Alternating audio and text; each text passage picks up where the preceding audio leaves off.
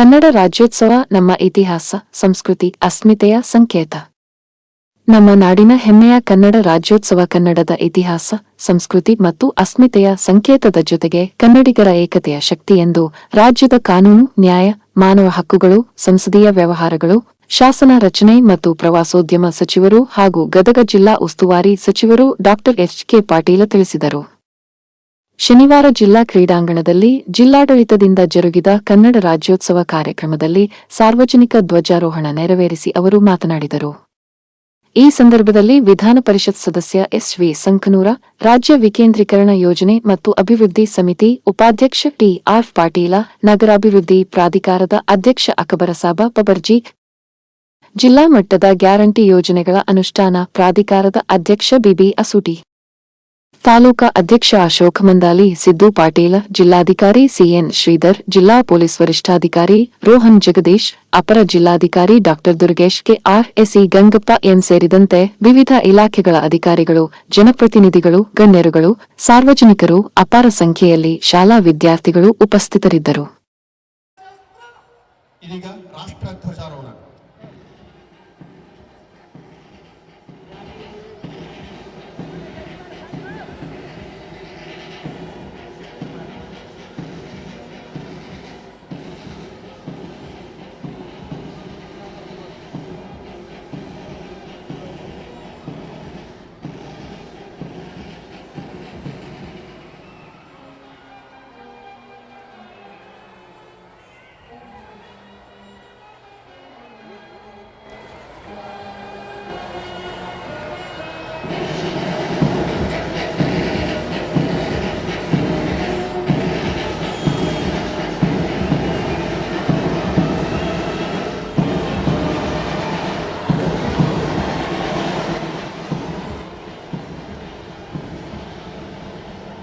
ಧನ್ಯವಾದಗಳು.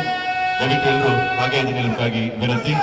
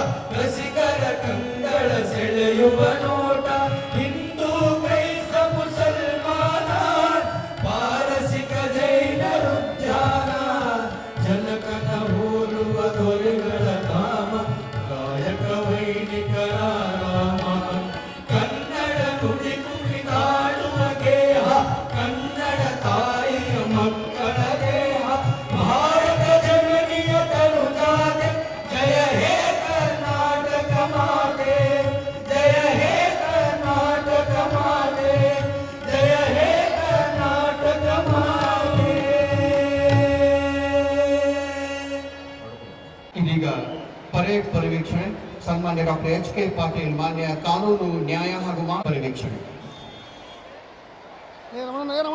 ಪರೇಡ್ ಪರಿವೀಕ್ಷಣೆಗಾಗಿ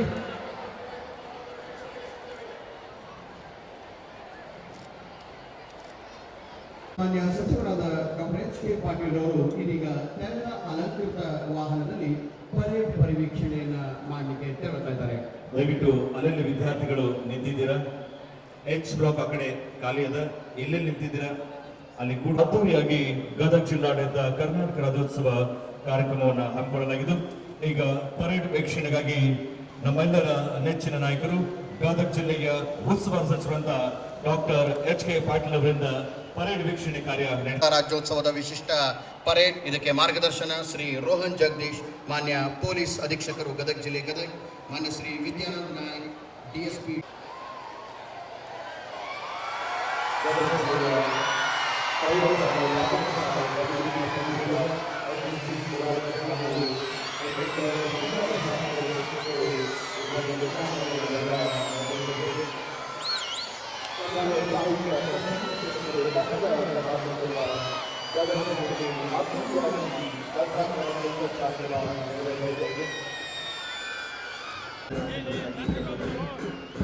ಈಗ ಸಾಮಾನ್ಯ ಸಚಿವರಿಂದ ಮೌಲ್ಯ ತಂಡ ಪೊಲೀಸ್ ಜಿಲ್ಲಾ ಸಶಸ್ತ್ರ ಪೊಲೀಸ್ ಮೀಸಲು ಪಡೆ ಗದಗ ತಂಡದ ನಾಯಕರು ಪುಷ್ಟಪ್ಪ ತಳವಾರ್, ಪ್ರಭುಧ್ವನಿ ಪಿಎಸ್. ತಂಡದ ನಾಯಕರು ಶ್ರೀ ಎಂ.ಎನ್. ವಸ್ತ್ರ. ನಾಲ್ಕನೆಯ ತಂಡ ಅವಕಾರಿ ತಂಡ, ತಂಡದ ನಾಯಕರು ಶ್ರೀಮತಿ ಆಶಾ ರಾಣಿ. ಮುಂದಿನ ತಂಡ ಅರಣ್ಯ ಪಡೆ, ತಂಡದ ನಾಯಕರು ಸಚಿನ್ ಬಿಸ್ನಳ್ಳಿ, ಡೆಪ್ಯೂಟಿ RF. ಮುಂದಿನ ತಂಡ NC ಕರ್ನಾಟಕ ಬಟಾಲಿಯನ್ ಶಾಲೆ ತಂಡದ ನಾಯಕರಾಗಿ ಕುಮಾರಿ ಸ್ಪಂದನ ವಹಿಸಿಕೊಂಡಿದ್ದಾರೆ. ಸೆಂಟ್ ಜಾನ್ ಪ್ರೌಢಶಾಲೆ ತಂಡದ ನಾಯಕರು ಪವನ್ ಸಿಂಗ್. ಇದೀಗ ಸನ್ಮಾನ್ಯ ಸಚಿವರಾದ ಡಾಕ್ಟರ್ ಎಚ್.ಕೆ. ಪಾಟೀಲ್ ರವರು ಪರೇಡ್ ಪರಿವೀಕ್ಷಣೆಯನ್ನ ಮೈಸೂರು ಒಡೆಯರವರೆಗಿನ ಮಹಾರಾಜರ ಸುದೀರ್ಘ ಪರಂಪರೆಯನ್ನ ನೋಡಬಹುದು. ಗೌತಮಿ ಪುತ್ರ ಶಾತಕರ್ಣಿ, ಮಯೂರ ವರ್ಮ, ಇಮ್ಮಡಿ ಪುಲಿಕೇಶಿ, ಮೂರನೆಯ ಗೋವಿಂದ, ಶ್ರೀಕೃಷ್ಣ ದೇವರಾಯ, ಕೆಳದಿ ಚೆನ್ನಮ್ಮ, ವೀರಾಗ್ರಣಿಗಳಿಗೆ ಜನ್ಮ ನೀಡಿದ ನಾಡು ಕರ್ನಾಟಕ. ಸಂಗೊಳ್ಳಿ ರಾಯಣ್ಣನಂತಹ ಶೂರರು ವೀರರ ನಾಡು ನಮ್ಮ ಕರ್ನಾಟಕ ರಾಜ್ಯ. ಪರೇಡ್ ವೀಕ್ಷಣೆ ಮಾಡಿಕೊಂಡು ವೇದಿಕೆಗೆ ಬರಮಾಡಿಕೊಂಡ ಸಮಯ ಬಹಳ ಅದ್ದೂರಿಯಾಗಿ ನಮ್ಮ ಜಿಲ್ಲಾಡಳಿತ ಪಥಸಂಚಲನ ಹಾಗೂ ವಂದನೆ ಸ್ವೀಕಾರಕ್ಕಾಗಿ ಅನುಮತಿ ಪಡಿತಾ ಇದ್ದಾರೆ.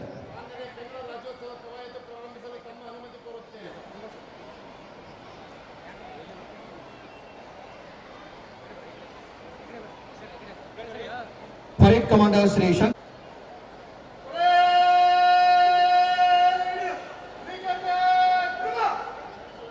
ಕನ್ನಡ ರಾಜ್ಯೋತ್ಸವದ ಸಂಭ್ರಮದಲ್ಲಿ ಪಾಲ್ಗೊಂಡಂತಹ ವಿವಿಧ ತಂಡಗಳು ದೇಶದಲ್ಲಿ ಪ್ರಥಮ ಬಾರಿಗೆ ಪ್ರಜಾಪ್ರತಿನಿಧಿ ಸಭೆಯನ್ನು ಸ್ಥಾಪಿಸಿದ್ದು ನಮ್ಮ ಕರ್ನಾಟಕ ಎಂಬುದು ನಮಗೆಲ್ಲ ಬಹಳ ಹೆಮ್ಮೆ ಮತ್ತು ಅಭಿಮಾನದ ಸಂಗತಿ. ಮಹಿಳೆಯರಿಗೆ ಮತದಾನದ ಹಕ್ಕನ್ನು ನೀಡಿದಂತಹ ಪ್ರಥಮ ರಾಜ್ಯ ಕರ್ನಾಟಕ. 1924ರಲ್ಲಿ ಮಹಾತ್ಮ ಗಾಂಧೀಜಿಯವರ ಅಧ್ಯಕ್ಷತೆ ವಹಿಸಿದಂತಹ ಇಡೀ ಇತಿಹಾಸದಲ್ಲಿ ಏಕೈಕ ರಾಜ್ಯ ಕರ್ನಾಟಕ ಎಂಬುದು ನಮಗೆ ಬಹಳ ಹೆಮ್ಮೆಯ ಸಂಗತಿ. ಇದೀಗ ಆಕರ್ಷಕ ಪಥ ತಂಡ ಪೊಲೀಸ್ ಜಿಲ್ಲಾ ಸಶಸ್ತ್ರ ಮೀಸಲು ಪಡೆ ಗದಗ ತಂಡದ ನಾಯಕರು ಪುಷ್ಟಪ್ಪ ತಳವಾರ್, ಪ್ರೊಫೆಸರ್ PSI. ಎರಡನೇ ತಂಡ ನಾಗರಿಕ ಪೊಲೀಸ್ ಪಡೆ ತಂಡದ ನಾಯಕರಾಗಿ ಶ್ರೀ ಸುಭಾಷ್ ಪಾಟೀಲ್ ಅವರು ತಂಡದ ನಾಯಕರಾಗಿ ತಂಡವನ್ನ ಮುನ್ನಡೆಸ್ತಾ ಇದ್ದಾರೆ. ಮೂರನೆಯ ತಂಡ ಗೃಹ ರಕ್ಷಕ ದಳ ಗದಗ ತಂಡದ ನಾಯಕರು ಶ್ರೀ M.N. ವಸ್ತ್ರ. ಆತಂಕಕಾರಿ ಸಂದರ್ಭಗಳಲ್ಲಿ ಸದಾ ಸೇವೆಗೆ ಸಿದ್ಧ ಗೃಹ ರಕ್ಷಕ ಪಡೆ ಗದಗ. ನಾಲ್ಕನೇ ತಂಡ ಅಬಕಾರಿ ಇಲಾಖೆ ಶ್ರೀಮತಿ ಆಶಾರಾಣಿ ತಂಡದ ನಾಯಕರಾಗಿ ತಂಡವನ್ನ ಪಡೆ ತಂಡದ ನಾಯಕರು ಶ್ರೀ ಮಂಜುನಾಥ್ ಮೇಲ್ಮನೆ.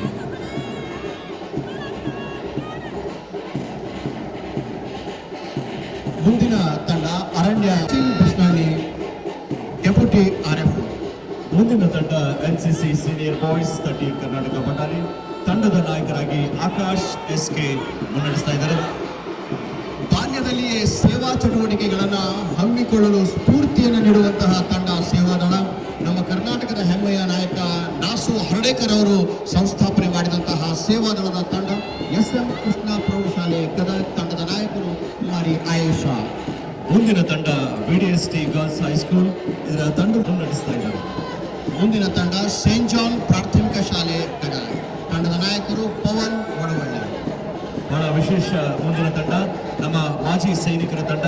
ತಂಡದ ಮುಖ್ಯಸ್ಥರಾಗಿ ಶ್ರೀ ಬಸವರಾಜ್ ಮುಂಡರ್ಗಿ ನಾಯಕತ್ವ ವಹಿಸಿಕೊಂಡು ತಮ್ಮ ತಂಡವನ್ನ ಮುನ್ನಡೆಸ್ತಾ ಇದ್ದಾರೆ. ಮುಂದಿನ ತಂಡ SM ಕೃಷ್ಣ ಪ್ರಾಥಮಿಕ ಶಾಲೆ ಗದಗ ತಂಡದ ನಾಯಕರು ಮುಸ್ಕಾನ್ ಪಾಂಡೆ. KVSR ಪ್ರೌಢಶಾಲೆ ತಂಡದ ನಾಯಕರಾಗಿ ಕುಮಾರಿ ಸ್ಪಂದನ ನಾಯಕತ್ವವನ್ನು ಸೆಂಟ್ ಜಾನ್ ಪ್ರೌಢಶಾಲೆ ತಂಡದ ನಾಯಕರು ಪವನ್ ಸಿಂಗ್ ದೊಡ್ಬನಿ. ಕೊನೆಯ ತಂಡ NCC seniors girls 38 Karnataka battalion ತಂಡದ ನಾಯಕರಾಗಿ ಕುಮಾರಿ ಸ್ಫೂರ್ತಿ ಕುಟ್ಕಲ್ ನಾಯಕತ್ವವನ್ನು ವಹಿಸಿಕೊಂಡಿದ್ದಾರೆ. ಈ ಒಂದು ಪರೇಡ್ ಪಥಸಂಚಲನೆಯ ನಾಯಕತ್ವವನ್ನು ಪರೇಡ್ ಕಮಾಂಡರ್ ನವೆಂಬರ್ 1 ನಮ್ಮ ನಾಡಿನ ಹೆಮ್ಮೆಯ ಕನ್ನಡ ರಾಜ್ಯೋತ್ಸವ ದಿನ. ಇದು ಕೇವಲ ಒಂದು ದಿನಾಂಕವಲ್ಲ, ಇದು ನಮ್ಮ ಇತಿಹಾಸ, ಸಂಸ್ಕೃತಿ ಮತ್ತು ಅಸ್ಮಿತೆಯ ಸಂಕೇತ. ಇದು ನಮ್ಮನ್ನು ಒಂದಾಗಿ ಕಟ್ಟುವ ಬಂಧ, ಕನ್ನಡಿಗರ ಏಕತೆಯ ಶಕ್ತಿ. ದೇಶದ ಸ್ವಾತಂತ್ರ್ಯ ಚಳವಳಿಯ ಜೊತೆಗೆ ಕನ್ನಡಿಗರು ಒಂದೇ ಪ್ರದೇಶದಲ್ಲಿ ನೆಲೆಗೊಳ್ಳಲಿ ಎನ್ನುವ ಅಪೇಕ್ಷೆ ಮೊಳಗಿ ಉದಯವಾಗಲಿ ನಮ್ಮ ಚೆಲುವ ಕನ್ನಡ ನಾಡು ಎಂದು ಗದಗಿನ ಹುಯಿಗೋಳ್ ನಾರಾಯಣ ರಾಯರು ಕನಸು ಕಂಡಂತೆ ತಾಯಿ ಬಾರೆ ಮೊಗವ ತೋರೆ ಕನ್ನಡಿಗರ ಮಾತೆ ಹರಸು ತಾಯಿ ಸುತರಕಾಯಿ ನಮ್ಮ ಜನ್ಮದಾತೆ ಎಂದು ಕನ್ನಡಾಂಬೆಯನ್ನು ಆಹ್ವಾನಿಸಿ ನಮ್ಮೆಲ್ಲರನ್ನು ಏಕೀಕರಣಕ್ಕಾಗಿ ಒಗ್ಗೂಡುವಂತೆ ಅನೇಕ ಏಕೀಕರಣದ ಹೋರಾಟಗಾರರು ಹೋರಾಡಿದ ಫಲಶ್ರುತಿಯಾಗಿ ವಿವಿಧ ಪ್ರಾಂತ್ಯಗಳಲ್ಲಿ ಹರಿದು ಹಂಚಿ ಹೋಗಿದ್ದ ಕನ್ನಡಿಗರು 1956 November 1ರಂದು Mysuru ರಾಜ್ಯವಾಗಿ ಉದಯವಾಯಿತು.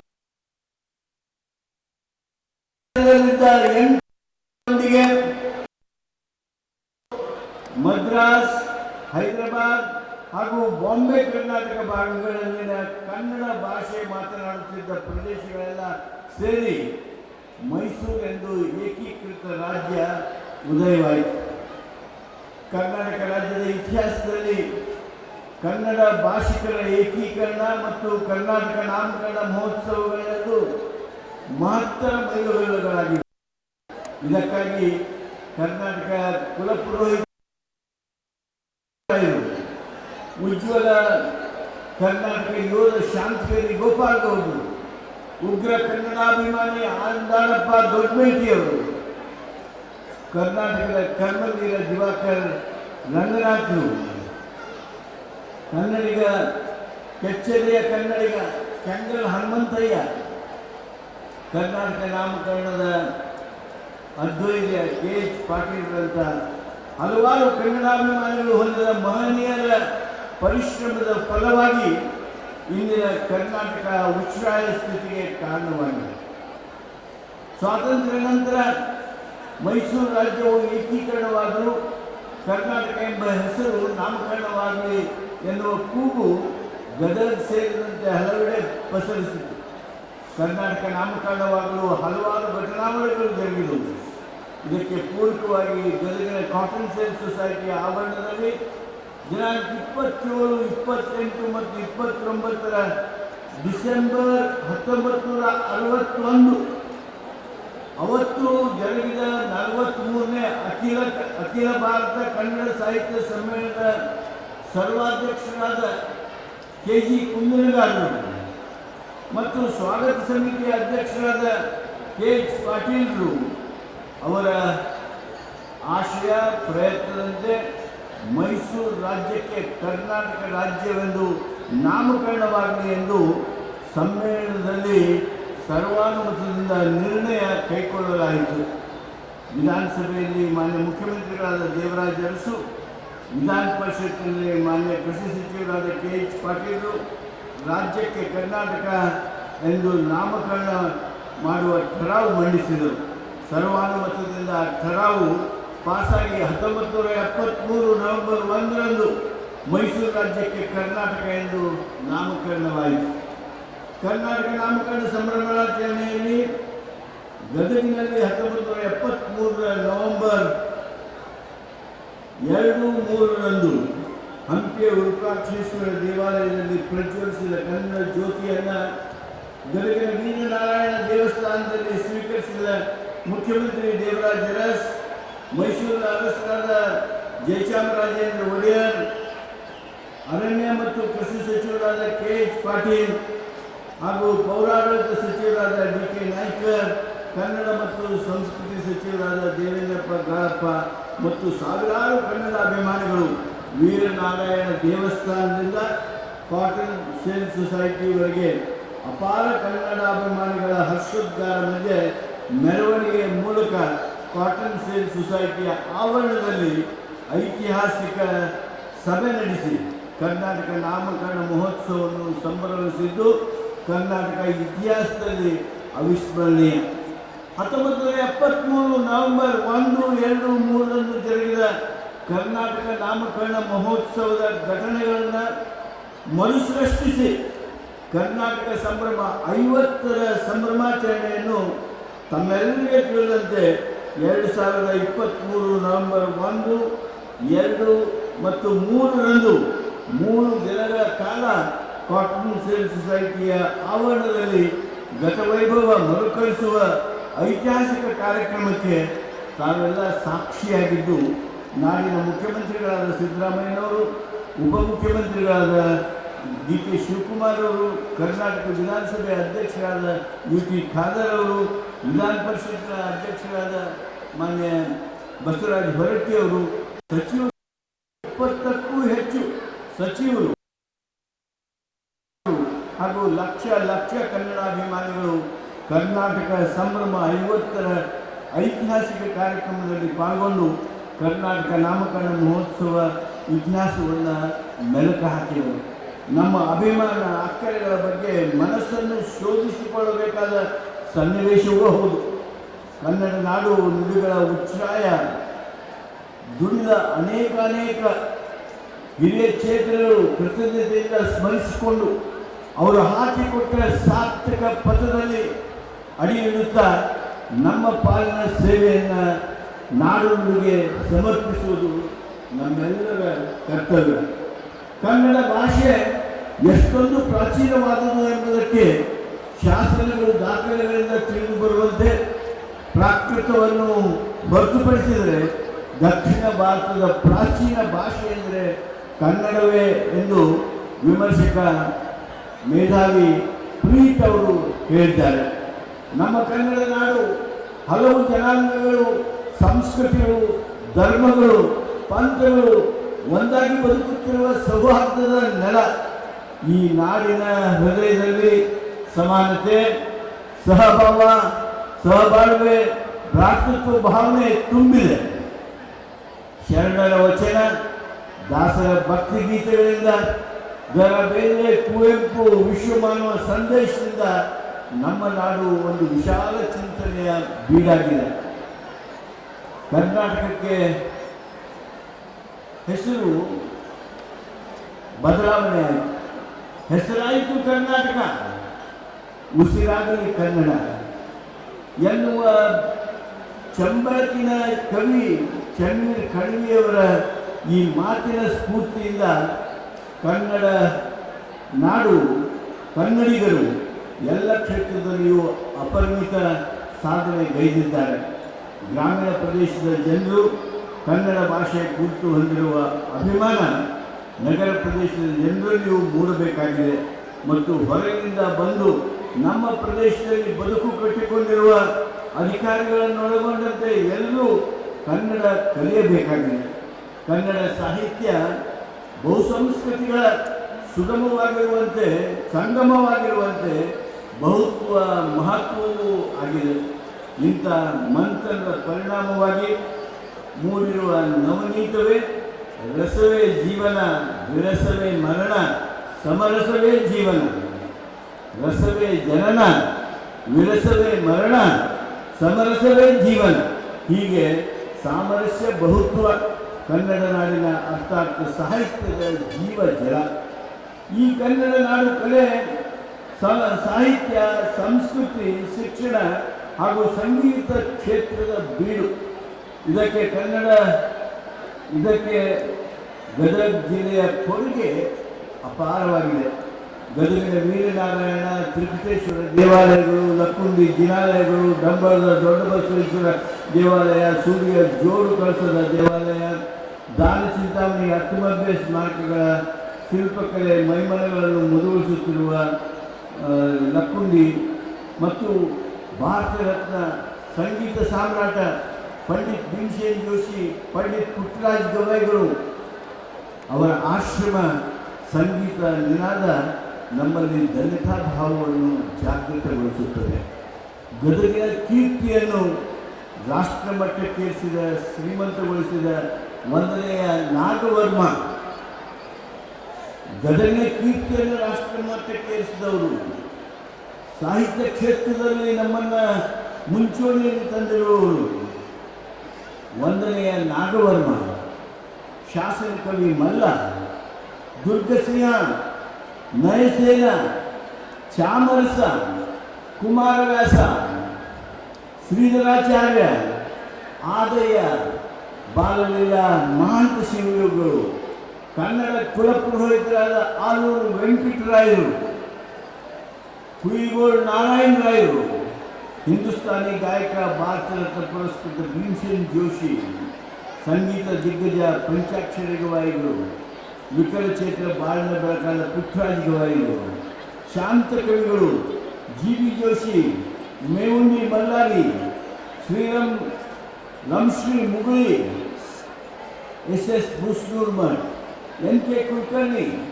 Doctor R C. Hiremath, doctor M S. Sunkapur, doctor B V. Mallapur, doctor G S. Amur, ಶ್ರೇಷ್ಠ ವಿಮರ್ಶಕ Kirtinath Kurtkoti, Channaveer Kanvi, Madhav Kulkarni, doctor H N. Hugar, Giraddi Govindaraj, doctor Annadaneeshwara ಮಹಾಸ್ವಾಮಿಗಳು, ವೇಮನ ಪ್ರಿಯ ಸೋಮ, ಎಸ್.ಆರ್. ಪಾಟೀಲ್, ಅಜಗಣ್ಣ ಮುಕ್ತಾಯಕ್ಕ, ಅಂದನಪ್ಪ ದೊಡ್ಡಮೇಟಿ, ಅಬ್ಬಿಗೇರಿ ವಿರೂಪಾಕ್ಷಪ್ಪ ಅವರನ್ನು ನಾವೆಲ್ಲ ಈ ಸಂದರ್ಭದಲ್ಲಿ ಗೌರವದಿಂದ ಸ್ಮರಿಸೋಣ. ಕ್ರೀಡಾ ಕ್ಷೇತ್ರದಲ್ಲಿ ಕ್ರಿಕೆಟಿಗ ಸುನೀಲ್ ಜೋಶಿ, ಕುಸ್ತಿಪಟು ಪ್ರೇಮಾ ಹುಚ್ಚಣ್ಣವರ್, ಹಾಕಿ ಪಟುಗಳಾದ ಬೀನು ಭಾಟ್, ರಾಜೀವ್ ಬಾಗ್ಡೆ, ಹರೀಶ್ ಮುಟ್ಗಾರ್, ಇತ್ತೀಚೆಗೆ ಸರ್ಫಿಂಗ್ ಕ್ರೀಡೆಯನ್ನು ಏಷ್ಯಾ ಮಟ್ಟದಲ್ಲಿ ಕಂಚಿನ ಪದಕ ಪಡೆದು ಮುಂಡ್ರಗಿ ತಾಲೂಕಿನ ಮುರುಡಿ ಠಾಣೆಯ ರಮೇಶ್ ಬೂದಿಯಾರ್, ಹೀಗೆ ಅನೇಕ ಸಾಧಕರು ಗದಗಿನ ಹೆಮ್ಮೆಯಾಗಿದ್ದಾರೆ. ಇವರೆಲ್ಲ ನಮ್ಮ ಜಿಲ್ಲೆಯವರು, ನಮ್ಮವರು, ದೇಶಕ್ಕೆ ಕೊಡುಗೆ ಕೊಟ್ಟವರು, ಭಾಷೆಗೆ, ಸಂಸ್ಕೃತಿಗೆ ಅಪಾರ ತಮ್ಮ ಸೇವೆ ಮಾಡಿದವರು ಅಂತೇಳಿ ಹೇಳುವಾಗ ಅಭಿಮಾನ ಮುಕ್ಕಿ ಬರ್ತದೆ. ಕರ್ನಾಟಕ ಏಕೀಕರಣ ಸೇರಿದಂತೆ ಕರ್ನಾಟಕ ಕಲೆ, ಸಾಹಿತ್ಯ, ಸಂಸ್ಕೃತಿಗೆ ಜಿಲ್ಲೆಯ ಕೊಡುಗೆ ಅಪಾರ. ಜಿಲ್ಲೆಯ ಗದಗ, ಮುಂಡ್ರಗಿ, ಶಿರಹಟ್ಟಿ, ರೋಣ, ಲಕ್ಷ್ಮೇಶ್ವರ, ಗಜೇಂದ್ರಗಢ ಹಾಗೂ ನರಗುಂದ ತಾಲೂಕುಗಳ ಐತಿಹಾಸಿಕ, ರಾಜಕೀಯ, ಆರ್ಥಿಕ, ಕೃಷಿ, ಜಾನಪದ ಎಲ್ಲ ಕ್ಷೇತ್ರಗಳಲ್ಲಿಯೂ ವಿವಿಧ ಕಾಲಘಟ್ಟಗಳಲ್ಲಿ ಮತ್ತು ಆಯಾಮಗಳಲ್ಲಿ ಪ್ರಗತಿ ಸಾಧಿಸುತ್ತಾ ಬಂದಿದ್ದು ತಮ್ಮದೇ ಆದ ಕೊಡುಗೆಗಳನ್ನು ನೀಡುತ್ತಾ ಬಂದಿವೆ. ಕನ್ನಡಕ್ಕೆ ಕೇಂದ್ರ ಸರ್ಕಾರವು ಶಾಸ್ತ್ರೀಯ ಸ್ಥಾನಮಾನ ನೀಡಿದೆ ಹಾಗೂ ಭಾರತದಲ್ಲಿ ಅತಿ ಹೆಚ್ಚು 8 ಸಾಹಿತಿಗಳಿಗೆ ಜ್ಞಾನಪೀಠ ಪ್ರಶಸ್ತಿ ಲಭಿಸಿದೆ. ಇದರಿಂದ ಕನ್ನಡ ಸಾಹಿತ್ಯದ ಗಟ್ಟಿತನ ಏನೆಂಬುದು ಜಗತ್ತು ವಿಖ್ಯಾತವಾಗಿದೆ. ಬಂಧುಗಳೇ, ಕರ್ನಾಟಕದಲ್ಲಿ ಕನ್ನಡಿಗರ ಬಡತನವನ್ನು ಬೇರು ಸಹಿತ ಕಿತ್ತೊಗೆದ ಸಾಧನೆ ಸರ್ಕಾರ ಮಾಡಿದೆ. ಕನ್ನಡ ನಾಡಿನಲ್ಲಿ ಕ್ರಾಂತಿಕಾರಕ ಕಾರ್ಯಕ್ರಮದ ಮೂಲಕ ಬಡತನ ಕಿತ್ತೊಗೆದಿದ್ದೇವೆ.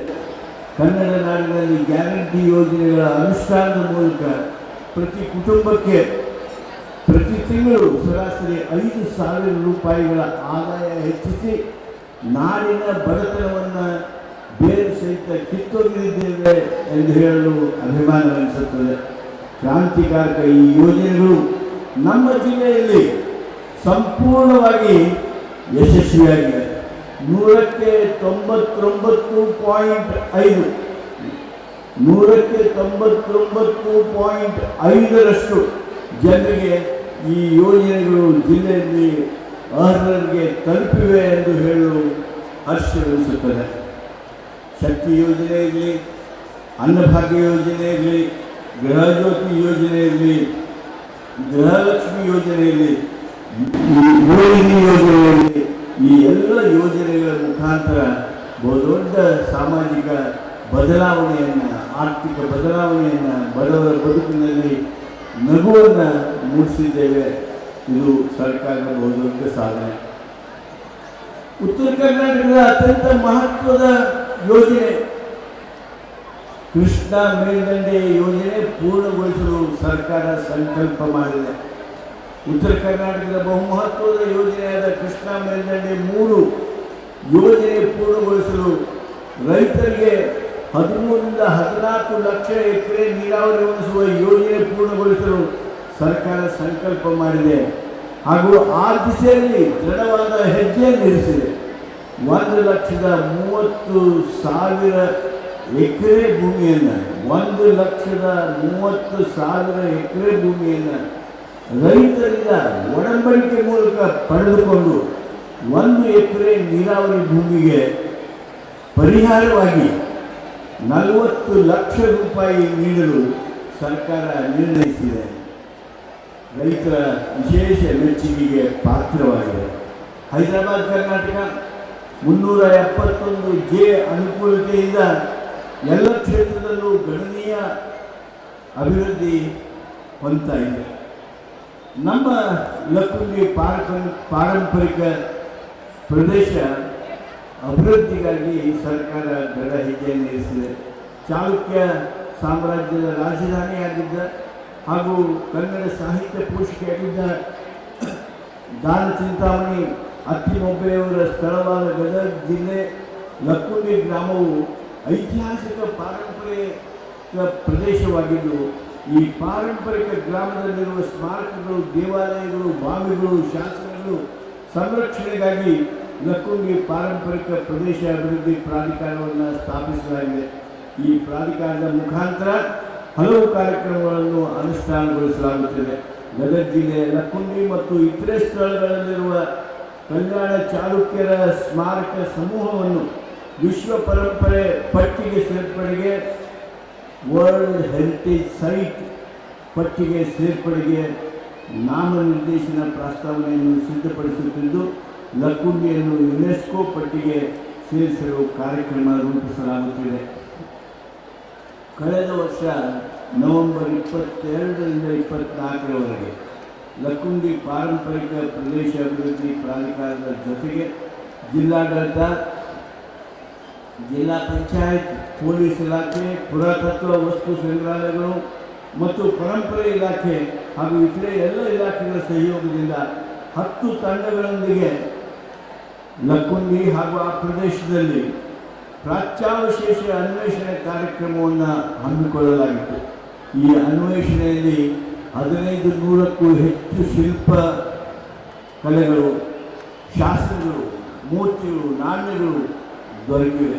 ಈ ಪ್ರಾಚ್ಯಾವಶೇಷಗಳನ್ನು ಲಕ್ಕುಂಡಿ ಗ್ರಾಮಕ್ಕೆ ಆಗಮಿಸುವ ಪ್ರವಾಸಿಗರಿಗೆ ವೀಕ್ಷಿಸಲು ಅನುಕೂಲವಾಗುವಂತೆ ಲಕ್ಕುಂಡಿ ಗ್ರಾಮದಲ್ಲಿ ಬಯಲು ವಸ್ತು ಸಂಗ್ರಹಾಲಯವನ್ನು ನಿರ್ಮಾಣ ಮಾಡಲು ನಿರ್ಣಯಿಸಿದೆ. ಈಗಾಗಲೇ ಸೂಕ್ತ ಜಾರಿಯನ್ನು ಗುರುತಿಸಲಾಗಿದ್ದು 2025-26ನೇ ಸಾಲಿನಲ್ಲಿ ಬಯಲು ವಸ್ತು ಸಂಗ್ರಹಾಲಯ ಕಾಮಗಾರಿಯನ್ನು ಪ್ರಾರಂಭಿಸಲಾಗುವುದು. ಐತಿಹಾಸಿಕ ಲಕ್ಕುಂಡಿಯಲ್ಲಿ ಉತ್ಖನನ ಕಾರ್ಯವನ್ನು ಮಾನ್ಯ ಮುಖ್ಯಮಂತ್ರಿಗಳು ಚಾಲನೆ ನೀಡಿ ಪ್ರಾರಂಭಿಸಿದ್ದಾರೆ. ಶಿಕ್ಷಣ ಇಲಾಖೆಯೊಳಗೆ ನಮ್ಮ ಜಿಲ್ಲೆ ಬಹುದೊಡ್ಡ ಸಾಧನೆಯನ್ನು ಮಾಡಿದೆ. ಶಿಕ್ಷಕರ ಹಾಜರಾತಿಯನ್ನು ಆನ್ಲೈನ್ ಮುಖಾಂತರ ನಿರ್ವಹಿಸಲು ಪ್ರತ್ಯಕ್ಷ ತಂತ್ರಾಂಶವನ್ನು ದಿನಾಂಕ 7/7/2025ರಂದು ಮಾನ್ಯ ಶಿಕ್ಷಣ ಸಚಿವರಿಂದ ಚಾಲನೆ ಕೊಡಿಸಲಾಗಿದೆ. ಶಿಕ್ಷಕರ ಆನ್ಲೈನ್ ಹಾಜರಾತಿಯನ್ನು ರಾಜ್ಯದ ಚಾಲನೆ ನೀಡಿದ ಮೊದಲ ಜಿಲ್ಲೆ ಗದಗ ಆಗಿದೆ. ಜಿಲ್ಲೆಯ ಶಾಲಾ ಶಿಕ್ಷಣ ಇಲಾಖೆಯ ಜಿಲ್ಲೆಯ 715 ಶಾಲೆಗಳು, 14 ಕಚೇರಿಗಳು, 253 ಸಿಬ್ಬಂದಿಗಳು ಮತ್ತು ಶಿಕ್ಷಕರು ಸೇರಿ 4,789 ಜನರು ಆನ್ಲೈನ್ ಹಾಜರಾತಿ ನೋಂದಣಿಯಾಗಿ ಈ ತಂತ್ರಾಂಶದ ಮೂಲಕ ಹಾಜರಾತಿ ದಾಖಲಿಸುತ್ತಿದ್ದು ಈ ಕಾರ್ಯ ಯಶಸ್ವಿಯಾಗಿ ನಿರ್ವಹಣೆಯಾಗುತ್ತಿದೆ. ತನ್ಮೂಲಕ ಹಾಜರಾತಿಯೊಂದಿಗೆ ಕಾರ್ಯಕ್ಷಮತೆ ಹೆಚ್ಚಿಸಿ ಶಿಕ್ಷಣ ವ್ಯವಸ್ಥೆಯಲ್ಲಿ ಬಹುದೊಡ್ಡ ಬದಲಾವಣೆ ತರುವ ಉನ್ನತ ಕಾರ್ಯ ನಡೆದಿದೆ. 2025-26ನೇ ಸಾಲಿಗಾಗಿ ಜಿಲ್ಲೆಗೆ ಹೊಸದಾಗಿ 10 KPS ಮತ್ತು 90 ದ್ವಿಭಾಷಾ ಶಾಲೆಗಳು ಮಂಜೂರಾಗಿರುತ್ತವೆ. ಗದಗ ಜಿಲ್ಲೆಗೆ ಮಾನ್ಯ ಮುಖ್ಯಮಂತ್ರಿಯವರ ಮೂಲಭೂತ ಸೌಕರ್ಯ ಅಭಿವೃದ್ಧಿ ಯೋಜನೆಯಡಿ ಶಾಲೆಗಳ ಮೂಲಭೂತ ಸೌಕರ್ಯಗಳಿಗಾಗಿ 6 ಕೋಟಿ ಅನುದಾನ ಬಿಡುಗಡೆಯಾಗಿ ಟೆಂಡರ್ ಪ್ರಕ್ರಿಯೆ ನಡೆದಿದೆ. ಇ ಆಫೀಸ್ ತಂತ್ರಾಂಶದ ಮೂಲಕ ಕಡತಗಳ ನಿರ್ವಹಣೆ ಮಾಡಲಾಗುತ್ತಿದ್ದು, ರಾಜ್ಯದಲ್ಲಿ ಶಿಕ್ಷಣ ಇಲಾಖೆಯಲ್ಲಿ ಇ ಆಫೀಸ್ ತಂತ್ರಾಂಶ ಅಳವಡಿಸಿಕೊಂಡ ಮೊದಲ ಜಿಲ್ಲೆ ನಮ್ಮ ಗದಗ. ಮಧ್ಯಾಹ್ನ ಉಪಹಾರ ಯೋಜನೆ ಕಾರ್ಯಕ್ರಮದಲ್ಲಿ ಜಿಲ್ಲೆಯ ಸರ್ಕಾರಿ ಹಾಗೂ ಅನುದಾನಿತ ಶಾಲೆಗಳ 1ರಿಂದ 10ನೇ ತರಗತಿವರೆಗೆ ಓದುತ್ತಿರುವ ಶಾಲಾ ಮಕ್ಕಳಿಗೆ ಬಿಸಿಯೂಟದ ವ್ಯವಸ್ಥೆಯನ್ನು ಸಮರ್ಪಕವಾಗಿ ಅಚ್ಚುಕಟ್ಟಾಗಿ ನಿರ್ವಹಿಸಲಾಗುತ್ತಿದೆ. ಗದಗ ಜಿಲ್ಲೆಯಲ್ಲಿ ಸರ್ಕಾರಿ ಮತ್ತು ಅನುದಾನಿತ ಒಟ್ಟು 784 ಅಡಿಗೆ ಕೇಂದ್ರಗಳ ಮೂಲಕ ಕಾರ್ಯಕ್ರಮವನ್ನು ನಿರ್ವಹಿಸಲಾಗುತ್ತಿದ್ದು, 2025-26ನೇ ಸಾಲಿಗೆ 1,21,869 ಮಕ್ಕಳು ಬಿಸಿಯೂಟದ ಫಲಾನುಭವಿಗಳಾಗಿದ್ದಾರೆ. ಅದೇ ರೀತಿ ಕ್ಷೀರಭಾಗ್ಯ ಯೋಜನೆಯಲ್ಲಿ 1,21,869 ಮಕ್ಕಳಿಗೆ ವಾರದಲ್ಲಿ 5 ದಿನ ಬಿಸಿ ಹಾಲನ್ನು ವಿತರಿಸಲಾಗುತ್ತದೆ. ವಾರದಲ್ಲಿ 2 ದಿನ ರಾಜ್ಯ ಸರ್ಕಾರ ಹಾಗೂ ಅಜೀಂ ಪ್ರೇಮ್ಜಿ ಫೌಂಡೇಶನ್ ವತಿಯಿಂದ 4 ದಿವಸ ಪೂರಕ ಪೌಷ್ಟಿಕ ಆಹಾರದ ಮೊಟ್ಟೆ, ತತ್ತಿ ಅಥವಾ ಬಾಳೆಹಣ್ಣು ವಿತರಣೆ ಮಾಡಲಾಗುತ್ತಿದೆ.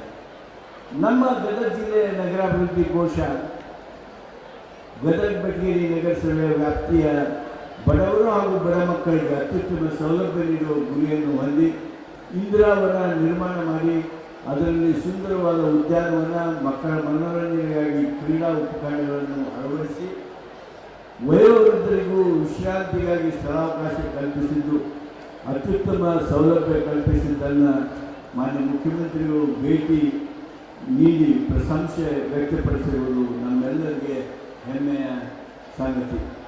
ಈ ಇಂದಿರಾವನವನ್ನು ಪೊಲೀಸ್ ಇಲಾಖೆಯವರು ನಿರ್ವಹಣೆ ಮಾಡ್ತಾ ಇದ್ದಾರೆ, ಅಚ್ಚುಕಟ್ಟಾಗಿ ನಿರ್ವಹಣೆ ಮಾಡ್ತಾ ಇದ್ದಾರೆ.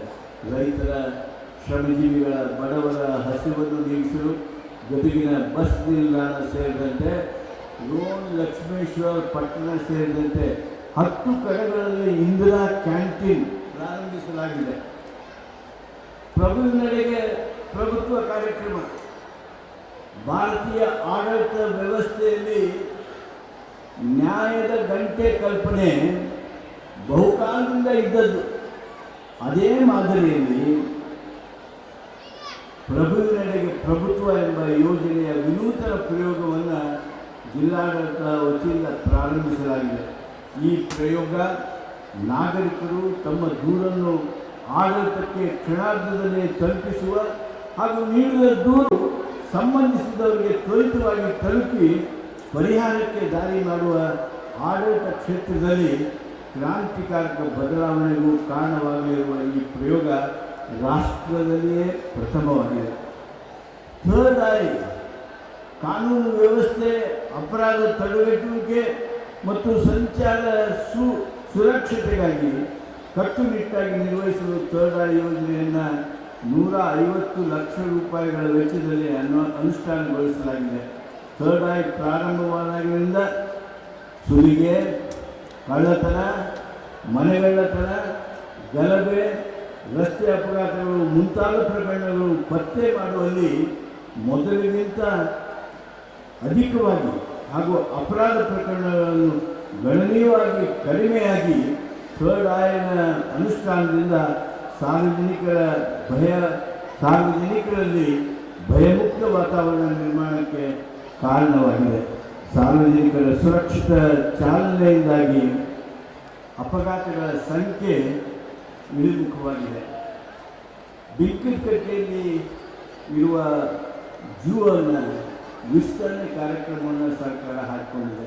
1972ರಲ್ಲಿ ಗದಗ ಶಹರದ ಬಳಿ ಇರುವ ಬಿಂಕನಕಟ್ಟೆಯಲ್ಲಿ 40 ಎಕರೆ ವಿಶಾಲ ಪ್ರದೇಶದಲ್ಲಿ ಮೃಗಾಲಯವನ್ನು ಆರಂಭಿಸಿ ಮತ್ತೆ ಈಗ 13 ಎಕರೆ ಪ್ರದೇಶವನ್ನು ಹೆಚ್ಚುವರಿಯಾಗಿ ಪಡೆದು 12 ಕೋಟಿ ರೂಪಾಯಿಗಳ ವೆಚ್ಚದಲ್ಲಿ ಮೃಗಾಲಯವನ್ನು ಝೂ ಅನ್ನು ವಿಸ್ತರಿಸಿ ಅಭಿವೃದ್ಧಿಗೊಳಿಸಲಾಗುತ್ತಿದೆ.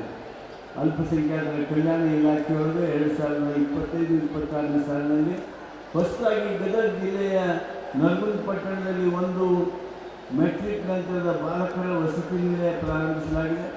2025-26ನೇ ಸಾಲಿನಲ್ಲಿ ರೋಣ ಪಟ್ಟಣದಲ್ಲಿ ಒಂದು ಹೊಸ ಮೌಲಾನಾ ಆಜಾದ್ ಮಾದರಿಯ ಶಾಲೆಯನ್ನು ಪ್ರಾರಂಭಿಸಲಾಗಿದೆ. ನರಗುಂದದಲ್ಲಿ ಪುರಸಭೆಯ ಹೊಸ ಕಟ್ಟಡವನ್ನು ಈಗಾಗಲೇ ಉದ್ಘಾಟನೆ ಮಾಡಲಾಗಿದೆ. ಕಾರ್ಮಿಕರ ಬಹುದೊಡ್ಡ ಕಲ್ಯಾಣ ಮಂಟಪವನ್ನು ಈಗಾಗಲೇ ಪೂರ್ಣಗೊಳಿಸಿ ಉದ್ಘಾಟನೆ ಮಾಡಲಾಗಿದೆ. ಮುಖ್ಯಮಂತ್ರಿಯವರ ಮೂಲ ಸೌಕರ್ಯ ಅಭಿವೃದ್ಧಿ ಯೋಜನೆ ನಮ್ಮ ಜಿಲ್ಲೆಯೊಳಗೆ ವಿಶೇಷವಾಗಿ ಅನುಷ್ಠಾನಗೊಂಡಿದೆ. ವ್ಯಾಪಾರ ಸಂಸ್ಕೃತಿ ಮತ್ತು ಪ್ರದರ್ಶನ ಪ್ರಾಧಿಕಾರ ಪರಿಕಲ್ಪನೆ ಗದಗ ಬೆಟ್ಟೆಯಲ್ಲಿ ವ್ಯಾಪಾರ ಸಂಸ್ಕೃತಿ ಮತ್ತು ಪ್ರದರ್ಶನ ಪ್ರಾಧಿಕಾರವನ್ನು 3/6/2025ರಂದು ಉದ್ಘಾಟಿಸುವ ಮೂಲಕ ಪ್ರಾಧಿಕಾರದ ಅಭಿವೃದ್ಧಿ ಪರಿಕಲ್ಪನೆ ಅನಾವರಣವನ್ನು ಮಾಡಲಾಗಿದೆ. ಗದಗ ಹೃದಯ ಭಾಗದಲ್ಲಿರುವ 34 ಎಕರೆ 32 ಗುಂಟೆ ಪ್ರದೇಶವನ್ನು ಜನೋಪಯೋಗಿ ಸ್ಥಳವನ್ನಾಗಿ ಅಭಿವೃದ್ಧಿಪಡಿಸುವ ಈ ಯೋಜನೆ ಅನುಷ್ಠಾನಗೊಳ್ಳಲಿದೆ.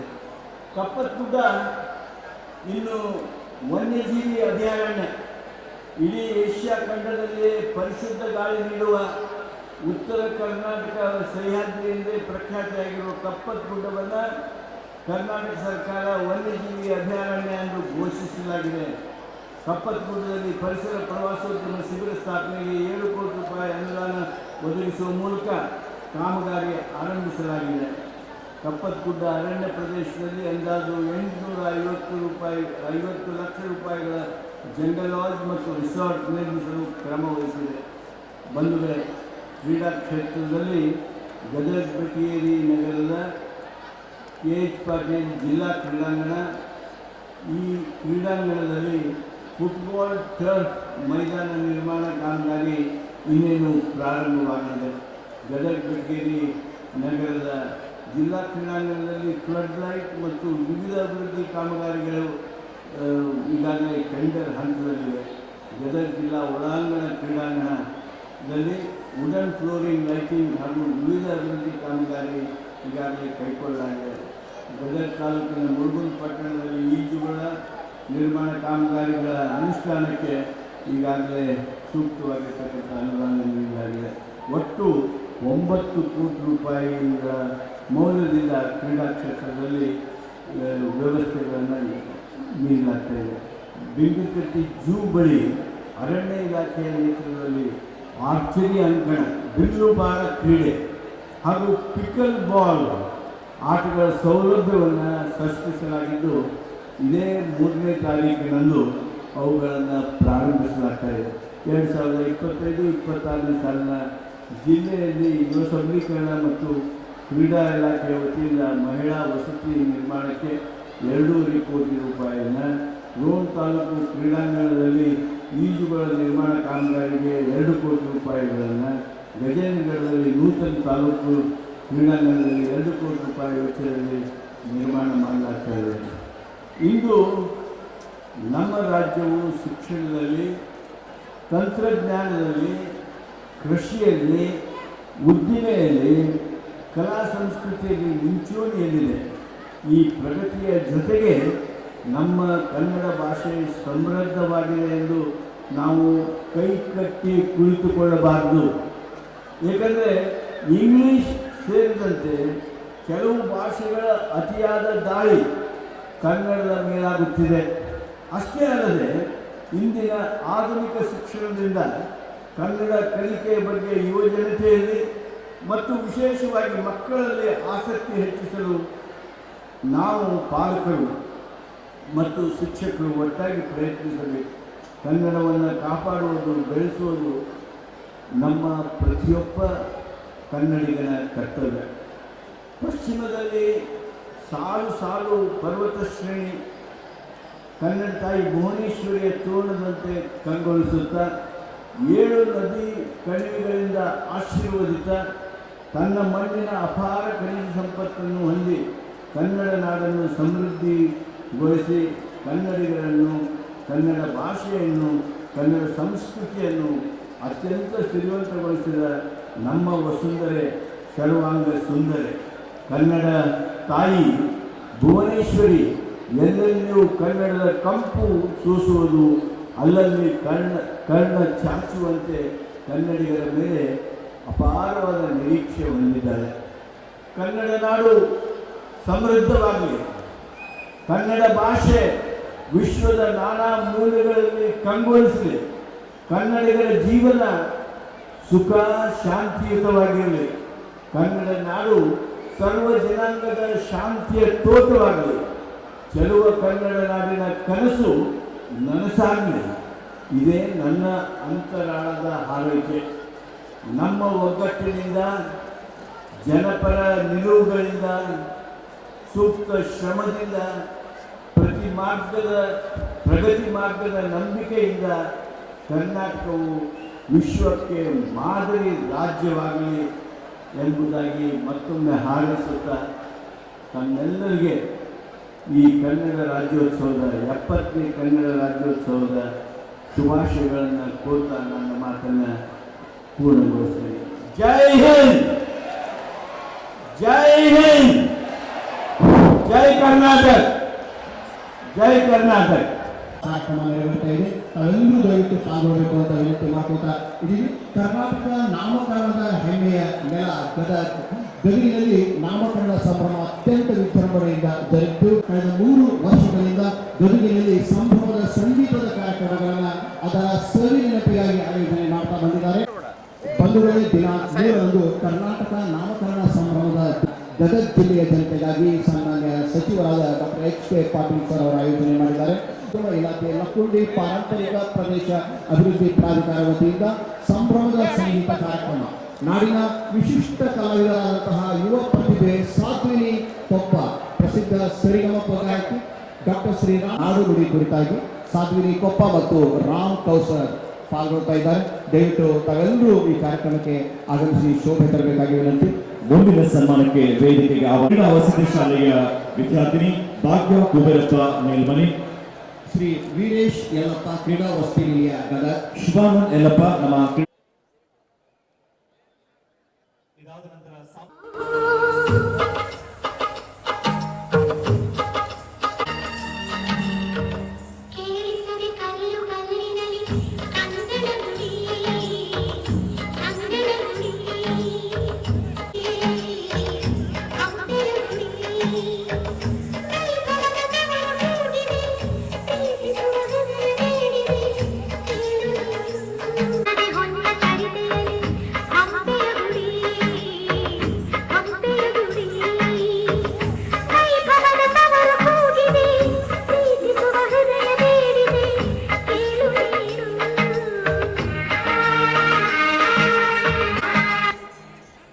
ಕಲ್ಲಾದರೆ ನಾನು ಬೇಲೂರಿನ ಗುಡಿಯಲ್ಲಿರುವೆ, ಮಣ್ಣಾದರೆ ನಾನು ಕೋಲಾರದ ಮಣ್ಣಲ್ಲಿ ಬೆರೆವೆ, ಮರವಾದರೆ ನಾನು ಚಾಮುಂಡಿಗೆ ನೆರಳಾಗಿರುವೆ, ಮಗುವಾದರೆ ನಾನು ಕಾವೇರಿಯ ಮಡಿಲಲ್ಲಿ ನಗುವೆ.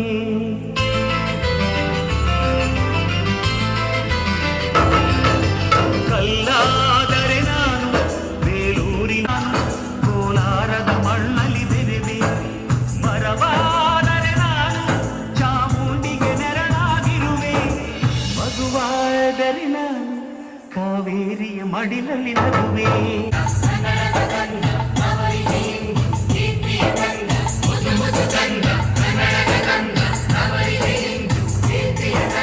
ಕಲ್ಲಾದರೆ ನಾನು ಬೇಲೂರಿನ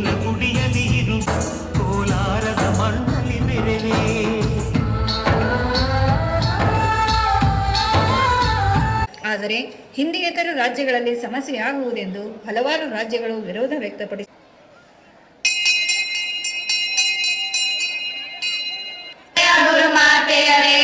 It allows us to communicate with the people easily.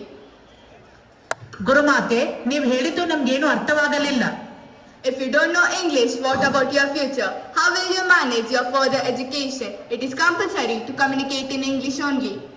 बच्चों, आज से आप सबको हिंदी, अंग्रेजी और संस्कृत भाषा सीखना है और आज से आप सबको हिंदी में ही बातचीत करना पड़ेगा. समझ में आई बात? मैम ने वेद ಹೇಳಿದ್ರೆ ಅರ್ಥ ಆಗಿಲ್ರಿ ಮ್ಯಾಮ್. तब आप सबको पहले हिंदी सीखना पड़ेगा. आएगा टीचर ಆಗಬೇಕೆಂದು ಧರಣಿ ಕುಳಿತರು. ಆಗ ವಿಕ್ರು ಗೋಕಾಕ್ ಅವರ ನೇತೃತ್ವದಲ್ಲಿ ಒಂದು ಕಮಿಟಿ ರಚನೆಯಾಯಿತು. ಕರ್ನಾಟಕದ ಎಲ್ಲಾ ಶಾಲೆಗಳಲ್ಲಿ ಕನ್ನಡ ಪ್ರಥಮ ಭಾಷೆಯಾಗಬೇಕೆಂದು ಸರ್ಕಾರಕ್ಕೆ ವರದಿಯನ್ನು ನೀಡಲಾಯಿತು.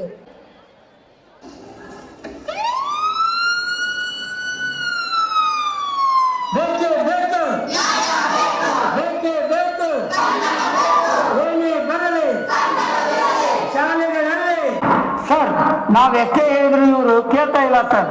ಕನ್ನಡಿಗರು ಹೋರಾಟವನ್ನು ಮುಂದುವರಿಸಿದ್ದಾರೆ ಸರ್. ಇದನ್ನು ತಡೆಯಲು ನಮ್ಮಿಂದ ಆಗುತ್ತಿಲ್ಲ ಸರ್. ಅದಕ್ಕೆ ಸ್ಥಾನಮಾನ ದೊರೆಯಿತು. ಶಾಲೆಗಳಲ್ಲಿ ಕನ್ನಡ ಶಿಕ್ಷಣ ಕಡ್ಡಾಯವಾಯಿತು. ನಮ್ಮ ಹೋರಾಟಕ್ಕೆ ಫಲ ಸಿಕ್ಕಿತು. ಕನ್ನಡವೇ ಸತ್ಯ, ಕನ್ನಡವೇ ಸತ್ಯ, ಸಿರಿಗನ್ನಡಂ ಗೆಲ್ಗೆ.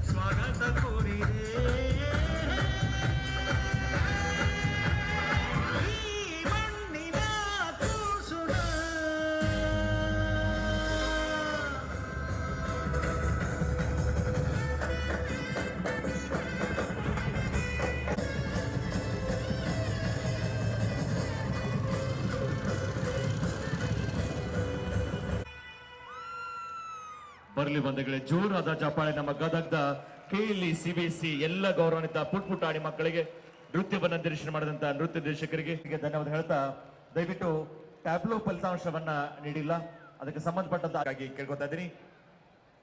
ಬಹಳ ಸುಶ್ರವಾಗಿ ನೃತ್ಯ ಪ್ರದರ್ಶನ ನೀಡಿದಂತ ಗದಗದ KLE CBSE